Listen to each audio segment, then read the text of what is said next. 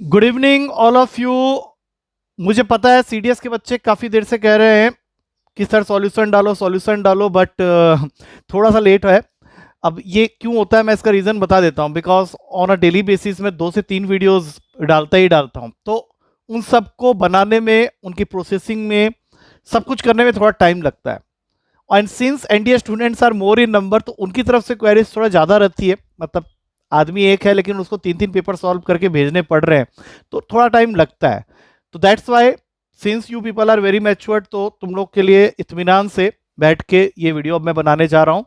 तो ये जो वीडियोस अब मैं बनाऊंगा, फर्स्ट टाइम मैंने सीडीएस और एफकेट के बच्चों को टैब से हटके ऑन स्क्रीन सॉल्व करने के बारे में सोचा है। क्योंकि इससे पहले जो भी मेरे सीडीएस एफकेट के डेली टेस्ट पेपर्स थे, वो सब टैब के ऊपर में रिकॉर्डेड थे। तो अब मैंने सोचा है कि जो डेली टेस्ट पेपर होंगे, एक तो वो नए होंगे, तो आज से मैंने एक न्यू सीरीज वहां पे स्टार्ट की है, जिसमें नए बच्चे भी कंफर्टेबल फील करें, जो ओल्ड बच्चे हैं पहले से कर रहे हैं वो भी कंफर्टेबल फील करें।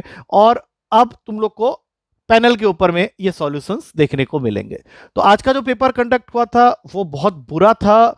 बाकी बच्चों के स्कोर्स में देख रहा था, उसमें हाईएस्ट स्कोर सिर्फ 10 आउट ऑफ 20 थे।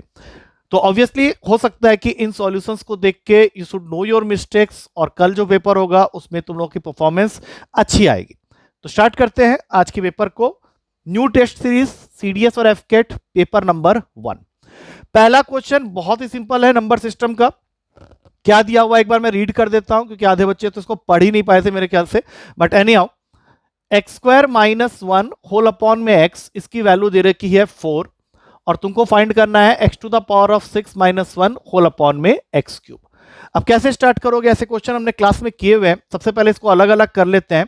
यहां से काटेंगे तो x बचेगा, यहां से काटेंगे तो 1/x बचेगा। इसका मतलब है कि क्वेश्चन तुमसे x - 1/x की वैल्यू 4 देके, अब यहां पे भी यही काम करो।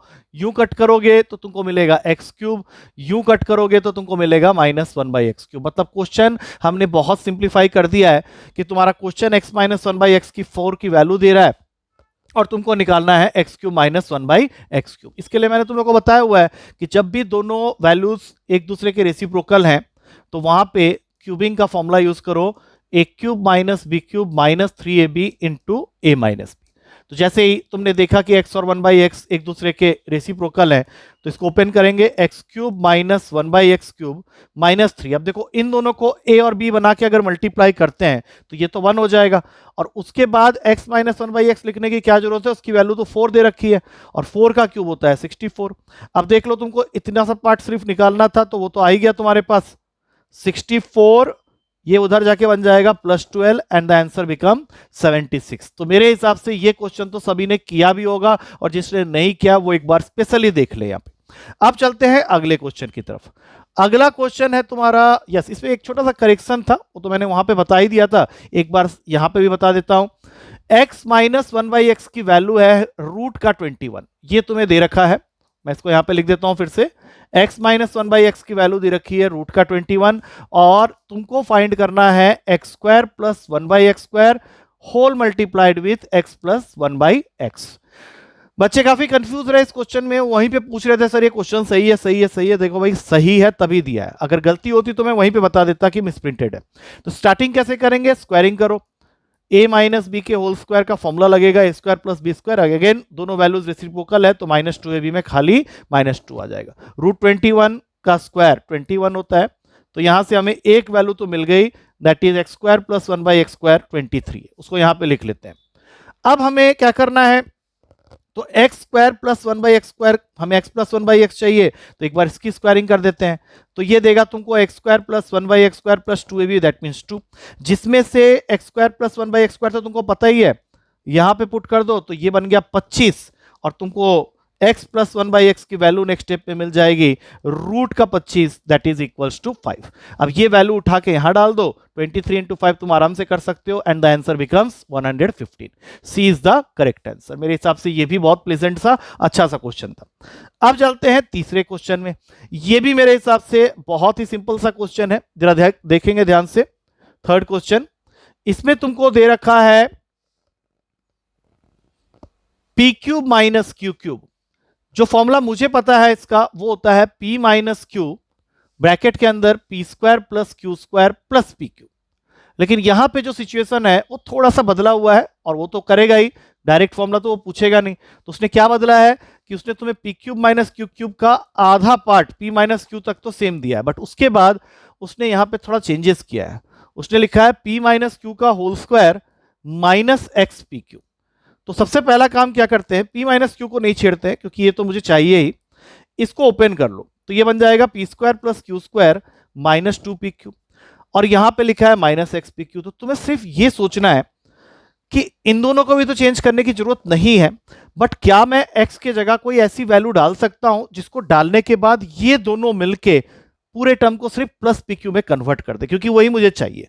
तो ऑप्शन तुम्हें हेल्प कर देगा, और मेरे हिसाब से वो वैल्यू होगी -3, क्योंकि जैसे ही तुमने x के जगह -3 यहां पुट किया तो देखो क्या होगा, ये तो फिक्स रहेगा p माइनस क्यू, ये भी फिक्स रहेगा, लेकिन यहां पे -2pq था, अगर तुम यहां -3pq रखते हो तो ये कन्वर्ट हो जाएगा minus minus plus 3pq minus 2pq। अगले ही स्टेप में तुमको दिख रहा है the formula which you have written in the starting, that is plus pq।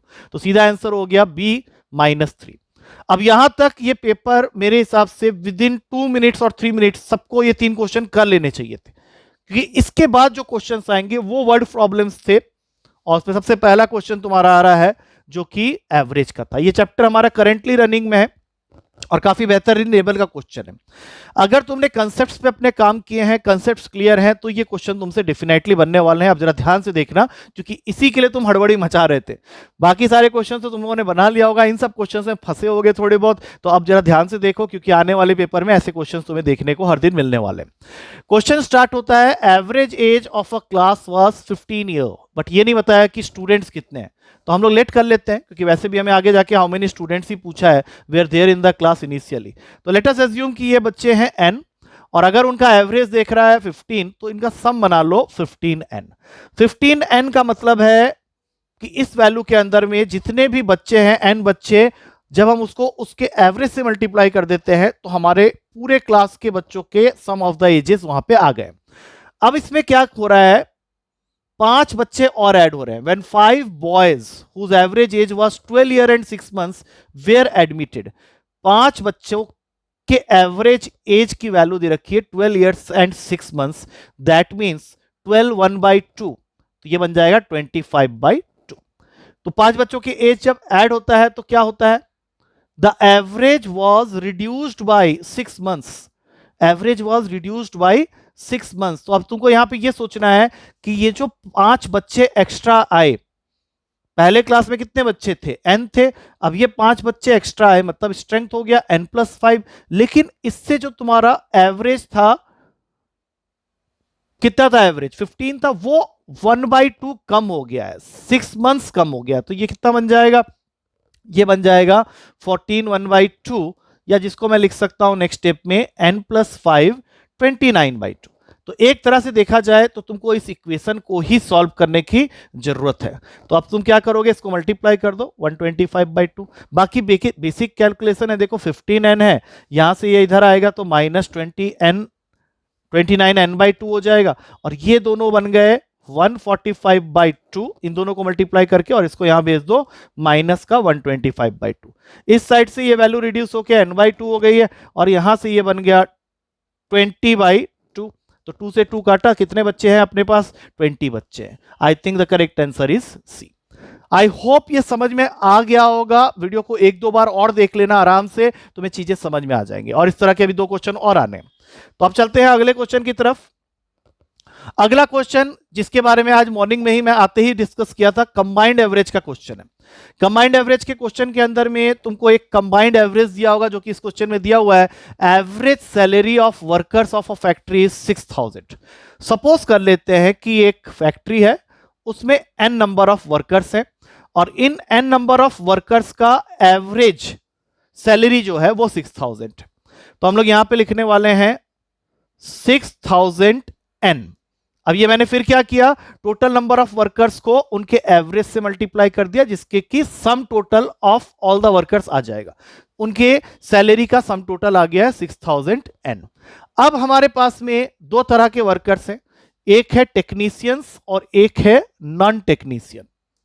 एक को टेक्नीशियन, एक को एनटी लिख देता हूं। तो तुम्हारे पास में क्वेश्चन है, while the average salary of 150 technician, मतलब 150 अगर टेक्नीशियंस हैं तो n माइनस 150 जो होंगे वो नॉन टेक्नीशियंस होंगे, और इन 150 टेक्नीशियंस के एवरेज सैलरी के बारे में उसने बताया हुआ है 12,000, तो टोटल मिला के हो जाएगा 150 इंटू 12,000। तो जो बाकी बच गए n minus 150, they are non technician, तो उनकी एवरेज सैलरी जो है वो 3750 है। तो इसको 3750 से मल्टीप्लाई कर दो। अब बाकी काम कैलकुलेशन का है, अगर तुम इसको ढंग से सॉल्व करते हो, मैं थोड़ा हेल्प तो कर देता हूं तुम लोग को। 15 इंटू 12 हो गया 180, और साथ में 4 जीरो लगा लो, और यहां पे बचेगा 3750n। अब इनको मल्टीप्लाई कर लो, 375 इंटू 15। ये थोड़ा सा बोरिंग हो जाता है, बट देन स्टिल मैं कर देता हूं। तो ये 5 हो गया, 7 हो गया, 1875 आ रहा है, यहां 375 आ गया, तो ये टोटल बन गया 526 562500 562500। इसको यहां ले आओ तो ये बन जाएगा 2250n, और इसको एक बार माइनस करके देख लो, 1850, और यहां पे है 562500 007533133750। एक जीरो काटने के बाद जब तुम इसको सॉल्व करोगे तो तुम्हारा जो आंसर आएगा वो 550 आएगा। तुम ये डिवाइड करके देख लो, n की वैल्यू 133750 को 225 से डिवाइड करोगे तो ये इसको 550 में कट करेगा, and that is your final answer. अब चलते हैं अगले क्वेश्चन की तरफ। अगला क्वेश्चन है तुम्हारा 6th question, again a very interesting question. इसमें क्वेश्चन क्या कह रहा है कि तुम्हारे पास में कुछ नेचुरल नंबर्स थे, सपोज कर लेते हैं, क्योंकि फिर वही क्वेश्चन है कि how many numbers are there. तो अगर तुम्हारे पास में n नंबर्स थे और इनका एवरेज था x बार, तो nx बार दे देगा इन्हीं n वैल्यूज के सम के बारे में, क्योंकि जब भी तुम टोटल नंबर ऑफ वैल्यूज को एवरेज से मल्टीप्लाई करते हो तो वो उन n नंबर्स का सम होता है। अब इसमें तुमने क्या किया, एक एक्स्ट्रा वैल्यू ऐड कर दी 15। तो ऑब्वियस सी बात है, जो टोटल नंबर ऑफ वैल्यूज थे n, वो बढ़ के एक ज्यादा हो गया n+1। बट इस प्रोसेस में हुआ क्या है कि when 15 is included then their mean is increased by 2, मतलब जो वैल्यू x बार था वो बढ़ के हो गया x बार प्लस 2। तो पहले एक इक्वेशन यहां से बना लेते हैं, nx बार प्लस 15, अब ये पूरा मल्टीप्लाई होगा nx bar plus 2n plus x bar plus 2। अब nx बार कैंसिल हो गया और एक इक्वेशन रेडी हो गई, 2n plus x bar is equals to 13। अब इसको संभाल के रखो और क्वेश्चन को आगे पढ़ते हैं। क्वेश्चन आगे क्या कह रहा है कि when 1 is included in this new list, तो न्यू लिस्ट क्या है अपने पास में, nx बार प्लस 15। तुमने इसमें क्या किया, एक और नंबर ऐड किया 1, तो जो यहां n+1 था उसमें भी एक और 1 ऐड हो गया, मतलब n+2 हो गया। अब इससे तुम्हारे मीन पे क्या इंपैक्ट पड़ा कि जो तुम्हारा अभी वाला मीन है, that the mean of the numbers in the new list is decreased bye 1, मतलब जो x बार प्लस 2 था अब वो डिक्रीज हो गया बाय 1। तो अब तुम यहां से एक और इक्वेशन बनाओगे, nx बार प्लस 16 अपॉन में n+2 is equals to x bar plus 1। ऐसा ही इक्वेशन और आ जाएगा, nx bar plus 16 is equals to nx bar plus 2x bar plus n+2। अब फिर से nx बार और nx बार को कैंसिल करो और एक और इक्वेशन रेडी हो गया है, 2x bar plus n is equals to 14। अब तुम्हें सिर्फ इन दोनों को सॉल्व करना है, और यहां से हो सकता हो तुमसे मीन पूछे या हो सकता हो नंबर ऑफ वैल्यूज पूछे। तो अभी फिलहाल उसने नंबर ऑफ वैल्यूज पूछा है, तो लेट्स कैलकुलेट इट। तो सबसे पहले लिख लेते हैं 2n plus x bar is equals to 13, और दूसरा इक्वेशन है 2x bar plus n is equals to 14। हमें x बार चाहिए नहीं, तो इस इक्वेशन को मल्टीप्लाई कर लो 2 से, इसको कुछ करने की जरूरत नहीं है। तो पहला इक्वेशन हो गया 4n plus 2x bar is equals to 26, और यहां से आ गया n plus 2x bar equals to 14। I think तुम लोगों ने आंसर देख ही लिया होगा, ये कैंसिल हो गया, 3n की वैल्यू हो गई 12, दैट मींस n की वैल्यू हो गई 4। और अगर यहां से मीन पूछा होता तो हम लोग वापस किसी एक इक्वेशन में डाल के वहां से मीन भी निकाल सकते थे। सो correct answer is a, that is 4। अब ये तीनों क्वेश्चन में हो सकता है तुम्हें 5 से 8 मिनट लग गए हो, बट इसके बाद जो क्वेश्चन है वो सिंपल है। 4 की पावर 96 को अगर 6 से डिवाइड करते हैं तो व्हाट इज द रिमाइंडर। इसके लिए ये जरूरी है कि तुम इसके बारे में जानते होगे। 4 की पावर 96 4 एक इवन नंबर है और पावर में जो तुमको नंबर दिख रहा है वो 4 के टेबल का नंबर है, तो इसका यूनिट प्लेस हमेशा 6 से खत्म होगा। तो 16 को डिवाइड कर लो 6 से, और जब तुम इसको 16 को 6 से डिवाइड करोगे तो तुम्हारा रिमाइंडर आता है 4। So correct answer will be A. सीधा सीधा क्वेश्चन था, डायरेक्ट इसको तुम कर सकते थे। अगला क्वेश्चन आ रहा है तुम्हारे पास में, 3 नंबर्स आर दिया। देखो नीचे के क्वेश्चन एचसीएफ एलसीएम के हैं क्योंकि ये करंटली फिनिश्ड हुआ था हमारे चैप्टर। तो 3 नंबर्स है जिनका रेशियो है 3:4:5। तो हम लोग क्या करेंगे, इन नंबर्स को ले लेंगे 3x 4x 5x। I think ये वीडियो बीच में पॉज हो गई थी, तो ये क्वेश्चन जब मैं डिस्कस करा रहा था तभी ये पॉज हुई थी, तो इस क्वेश्चन को एक बार फिर से कर लेते हैं। क्वेश्चन क्या कह रहा है, 8th क्वेश्चन है कि 3 numbers are there which are in the ratio of 3:4:5 और उसका एलसीएम तुमको दे रखा है 2400 का। तो सीधी सी बात है 3a 4b और 5c 3 अलग अलग नंबर हैं। अब ये ऐसे नंबर हैं जो कि कोप्राइम है, तो जब तुम इसका एलसीएम 2400 बता रहे हो तो एक तरह से इन तीनों नंबर्स का जो प्रोडक्ट होगा वही 2400 होगा। तो यहां से तुम अगर सॉल्व करो तो ये आ जाएगा 60 abc is equals to 2400। That means abc की वैल्यू आ गई 40। मतलब ए बी और सी इन तीनों को अगर तुम 40 रखते हो, ए बी और सी तीनों को अगर तुम 40 रखते हो तो तुम्हारा नंबर बन जाता है 120 160 एंड 200। और इसी का तुमको एचसीएफ मांगा था, तो एचसीएफ तुम्हारा आ जाता है 40। अब अगर तुम इसका एलसीएम निकाल के देखोगे तो ये वैल्यू 2400 हो जाएगी। तो करेक्ट आंसर है एचसीएफ के लिए 40। अब चलते हैं अगले क्वेश्चन में। यहां पे तुमको 3 वैल्यूज के बारे में अगेन वो बात कर रहा है कि एबीसी 3 वैल्यूज है और तीनों का बारी बारी से एलसीएम पेयरवाइज लिया गया। जैसे LCM of A and B वो कह रहा है कि बी है, तो मैं ए को वैल्यू दे देता हूं 2 और बी को वैल्यू दे देता हूं 4 और सी को वैल्यू दे देता हूं 8। तो अगर ए और बी का हम लोग एलसीएम देखेंगे तो वो 4 आएगा। दैट मीन्स एलसीएम क्या आ गया, बी। अब अगर मैं बी और सी का एलसीएम देखूंगा क्वेश्चन के हिसाब से वो होना चाहिए सी, तो 4 और 8 का एलसीएम आता है 8। दैट मीन्स सही है बिल्कुल, सी की वैल्यू 8 आ गई। तो अगर अब एबीसी तीनों का एलसीएम हम लोग देखें, दैट मीन्स 2 4 8 तीनों का एलसीएम देखें तो ये भी तो सबको मालूम है कि 8 ही होगा। दैट मीन्स इन टोटल हम लोग इसको जनरलाइज कर सकते हैं कि correct answer is the value of C. That means C 8 is the correct answer. अब फाइनली आ जाते हैं लास्ट क्वेश्चन में। ये भी काफी इंटरेस्टिंग क्वेश्चन है जिसके बारे में हमने केस स्टडी की थी। जब भी ऐसा कोई क्वेश्चन तुम्हारे पास में आता है जहां पे वो तुमसे कह रहा है कि फाइंड द लीस्ट नंबर, लेकिन यहां पे उसने एक्स्ट्रा क्या लगा दिया है, लीस्ट मल्टीपल ऑफ 23। तो जब हमने ये क्वेश्चन किया था, ये केस किया था केस स्टडी के अंदर में, तब मैंने ये चीज समझाई थी कि what is the least number जब तुम्हें फाइंड करना है, जब उसको हम लोग डिवाइड कर रहे हैं 3 अलग अलग नंबर 18 21 एंड 24 से, तो रेस्पेक्टिव रिमाइंडर्स जो वो छोड़ रहा है वो है 7 10 एंड 13। तो इसमें स्टेप नंबर 1 ये कहता है कि सबसे पहले तो ये चेक कर लो कि जो नंबर है जिससे डिवाइड करना है और जो रेस्पेक्टिव रिमाइंडर्स आ रहे हैं उनके बीच का डिफरेंस जो होना चाहिए वो यूनिफॉर्म होना चाहिए, जो कि मैंने देख लिया यहाँ पे वो 11 है। अब पहला स्टेप क्या है कि जिन नंबर से डिवाइड करने की बात हो रही है उसका तुम निकाल लो एलसीएम, जो कि यहाँ पे है 18 21 एंड 24। तो जब तुम इसका एलसीएम निकालोगे, चलो मैं निकाल के दिखा देता हूं, 6 7 8, फिर 2 से काट लो 3 7 एंड 4। अब मल्टीप्लाई करो, 3 2 6 6 3 18, 28 इंटू 18 आ जाता है तुम्हारा 504। मतलब जो भी नंबर होगा that will be in the form of 504k -11।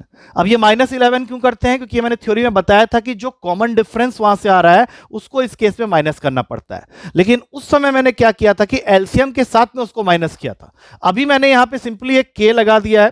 क्यों, क्योंकि उसने तुमसे स्पेसिफिकली बोला है कि what is the least multiple of 23। तो अब हमें यहां पे बारी बारी से k की वैल्यू डाल डाल के देखनी पड़ेगी कि जैसे जैसे हम k की वैल्यू डालेंगे स्टार्टिंग फ्रॉम 1 2 3 4, तो किस वैल्यू पे आके जब हम लोग 504 को 11 से माइनस करेंगे तो वो 23 का मल्टीपल बनेगा। तो सबसे पहले अगर मैं 1 डालता हूं, k की जगह 1 डालता हूं, तो मेरा पहला नंबर आता है 504 -11। 504 -11 करोगे 493 आ जाएगा, जो कि 23 से डिविजिबल नहीं होता है। अब हम लोग k की जगह डालेंगे 2, तो ये तुम्हारा दूसरा नंबर देगा। 504 इंटू 2 करते हैं तो ये आ जाता है 1008। ये भी 23 से डिवाइड नहीं होता है। फाइनली जब तुम 6 डालोगे, अब ये 6 डालने पे आंसर बनेगा, क्योंकि 504 इंटू 6 माइनस 11, एक बार यहां पे करके देख लो।